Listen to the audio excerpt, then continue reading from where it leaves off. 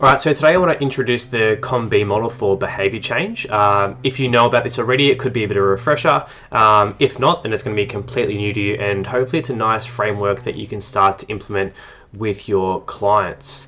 Now, there are three components to it, and if we can try and satisfy all three of these things, it's going to go a long way. It's going to go a long way towards helping our clients make some great progress in regards to their behavior change. Now, the first one we have is the capability. Okay, so this is your clients, like their physical skills, their strength, their stamina.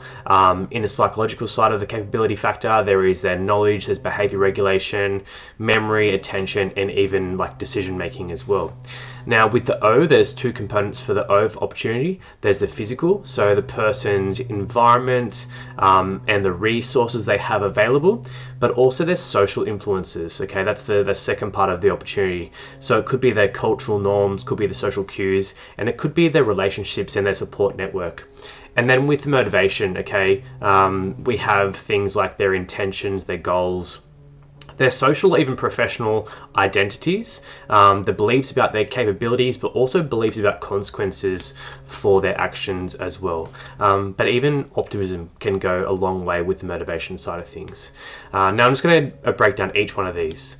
Now, as we go to the first part, so capability, what we want to try and do as coaches is to make the clients feel capable that they actually can perform the behaviors and or achieve an outcome. Okay, so we can do this through implementing an action plan, along with maybe some educational sessions or even some how-tos that can really support the learning, okay, to enhance these feelings of capability as well. We can also start with habits that the client is really confident that they can actually do. So again, ways we can do this is to make sure that we're action planning with our clients in the consultations. If it's outside of consultations and you're doing a check-in, then getting them to create an action plan as well. Building habits and working on decision making also really help in this area. Then we go into the opportunity side of things. So probably looking at things that are quite easy and fit into their schedules. So easy meals that fit into the time domains that they have available to preparing and cooking meals. On the training side of things, looking at time effective exercise routines. The opportunity side of things also looks into their access to food, okay, or even to exercise. Do they have access to fresh or frozen foods? The protein plans that we talk so much about. But also, can they start to look at taking the food to work with them? Because if they have the food with them, it's going to make it a lot easier to actually eat it. So can they work on things where they can actually take their goal-aligned meals with them? With the support side of things, obviously we are providing support to our clients, but maybe we can actually ask them or encourage them to communicate their goals and habits to their close social circle and their support network, because that's going to go a long way if they've got support network to them actually following through with their actions and achieving their goals as well. So the opportunity side of things, we'll look at, again, social support, but even their environment. So not only their home, the shops, their location, but also their work environment too. Now, with the motivation side of things, this is where we look at, we kind of go back to that golden behavior criteria of like, do they actually want to do this?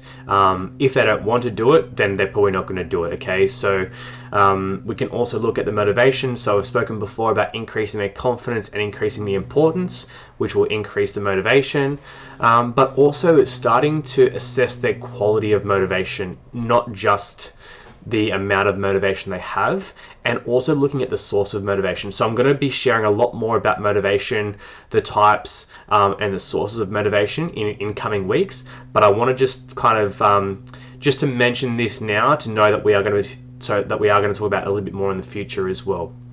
So here, also looking at things like their identity, their self-efficacy, their intentions, and the positive affect of the behaviors as well. All right. So they're the three main things. We've got the capability, the opportunity, and the motivation. And just remember, an individual's behavior will change, or the likelihood will really increase if these interventions are successfully implemented. So it gives you a bit of a framework to try and follow when you're having consultations with your clients. But also, if they're not following through with their action plans, Can you see which one of those areas isn't being satisfied? So is it capability? Is it opportunity? Is it motivation? And what can you do as a coach with the client to tick off those boxes to then help with the behavior change?